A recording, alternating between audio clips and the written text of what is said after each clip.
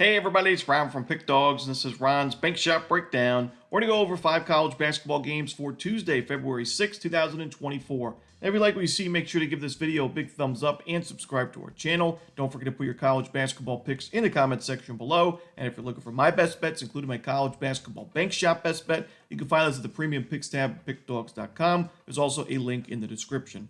Alrighty, let's get into it. Here are the games for Tuesday in college hoops. First up, we see Clemson and North Carolina. This one's going to be 7 p.m. Eastern. It's going to be on ESPN. We took North Carolina in the last game on Saturday against Duke, and that was a win and cover for North Carolina, a 93-84 the final score.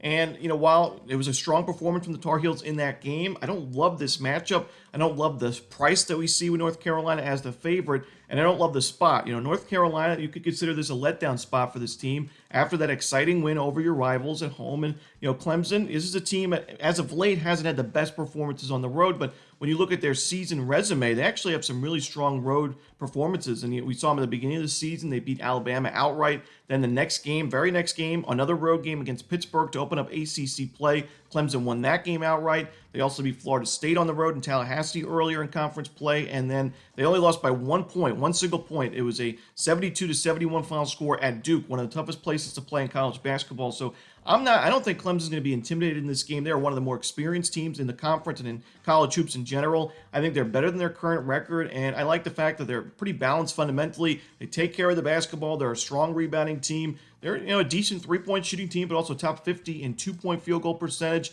North Carolina, a very strong team, but I do think they're a bit overvalued after that last win against Duke.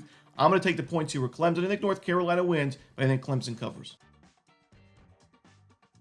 Next up, we see Iowa State and Texas. This one's going to be at 8 p.m. Eastern start time. Iowa State, not the worst road team in college basketball, not the best. They have 2 true road wins this season against DePaul and TCU. Obviously, the TCU win pretty impressive. And they have a few true road losses to Oklahoma by single digits, BYU in a blowout, and then Baylor most recently by only 2 points. Now, that Baylor game, I thought it was a pretty impressive performance from Iowa State because when you look at that game, a 2-point final score, Baylor outshot Iowa State 52-35% from 3. Baylor was 12 of 23 from the perimeter. You would expect, a performance like that or, shooting percentage like that, Baylor should win that game at home by 10-plus points. But Iowa State, basically everywhere else on the court, was dominant in that game. They forced 9 more turnovers, 20 forced turnovers against a pretty solid Baylor backcourt. They had 32 free throw attempts in that game. They were a better shooting team from 2-point range. They had 3 more offensive rebounds. It really came down to Baylor made a few more threes, and Iowa State was shooting so poorly from the free throw line. They were 59%, 19 of 32. Now, luckily for Iowa State, while they're still not an amazing free throw shooting team, they are much better than 59%. We should see them improve as the season goes along. And, this I mentioned, this is number 1 defense in terms of forcing turnovers this year. That's pretty concerning for Texas. Even though they're at home, they should be comfortable. They're ranked 205 in the nation in turnover percentage offensively. The Cyclones, who are not known for their offense, should be able to get a lot of fast break points in this game, forcing those turnovers. Iowa State, like I said, they're one of the more balanced teams fundamentally. Shot quality-wise, a really, really strong team on both ends of the court. Even though they don't have a great resume in terms of their road wins, I like them in this spot. I've mentioned I think Texas is a bit overrated this season. Give them credit for that win over against TCU, but this could be a letdown spot after that big true road upset win. Give me Iowa State here. I'm going to take them on the money line. Next up, we see Nevada and Utah State. This one's going to be a 9 p.m. Eastern start time. To me, this is a mismatch in this game. Utah State has yet to lose a home game this year. They have 3 losses on the season. All 3 of those were true road games at Bradley, New Mexico, and San Diego State. Solid teams, all top 100 teams, all top 70 teams in KenPom. But at home, they've just been so dominant. Nevada, on the other hand, has not been great on the road as of late. They've lost their last 3 true road games to San Diego State, Wyoming, not a great loss there, and New Mexico. They lost by double digits to San Diego State. Losing to Wyoming in general is a bad loss, but they lost that one by 5, giving up 98 points. And they lost by 34 points in the pit against New Mexico. I can't trust this Nevada team on the road right now. I think in general this team is a bit overrated. I don't love Steve Alford and head coach, and I think Utah State, like I said, they're just a much better team here with a great home court advantage. They've been one of the best home teams in college basketball. They've not lost a game at home this year, and I know you have to lay a decent number here, but I still think Utah State wins and covers a number with these. Their last home game, a blowout win against San Jose State. The previous home game against Fresno State, another blowout win. Give me Utah State in this one. I'm going to lay the points. Next up, we see Boise State and Colorado State. This one's going to be 9 p.m. Eastern. Boise State, this team's not going to be intimidated in this matchup at all. I mean, we saw them recently go into the pit in New Mexico and beat the Lobos outright, which is, really impressive win.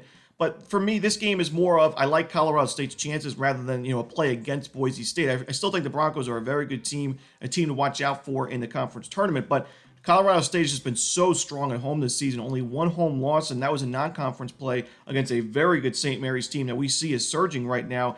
And in conference play, Colorado State is undefeated at home. They're playing with revenge in this game. They lost to Boise State earlier in conference play, and that obviously on the road. And in that game, Colorado State shot 25% from three and 60% from the free throw line, far lower than their season averages. So this is one of the best shooting teams in college basketball. 12th in effective field goal percentage, top 10 in two-point field goal percentage, and top 50 in free throw percentage as a team. So we should see much sharper numbers from the Rams, especially at home.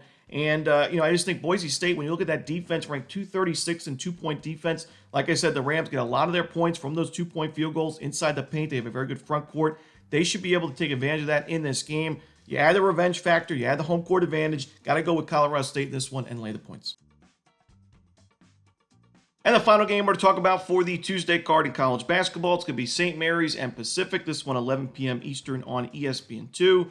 St. Mary's has won 10 straight games, 15 of 16. We backed them quite a few times this year. Now, at the beginning of the season, they weren't too kind to us, but as of late, of course, they have been very kind to us, including the outright W against Gonzaga in the last game on Saturday.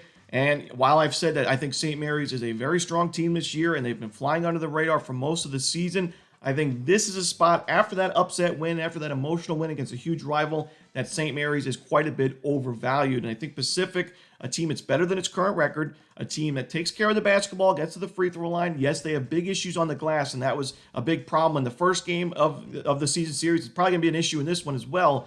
But I still think Pacific is playing its best basketball of the year. They were competitive against Gonzaga. They were competitive against San Francisco last time out. Only lost that game by 6 points on the road as a huge underdog.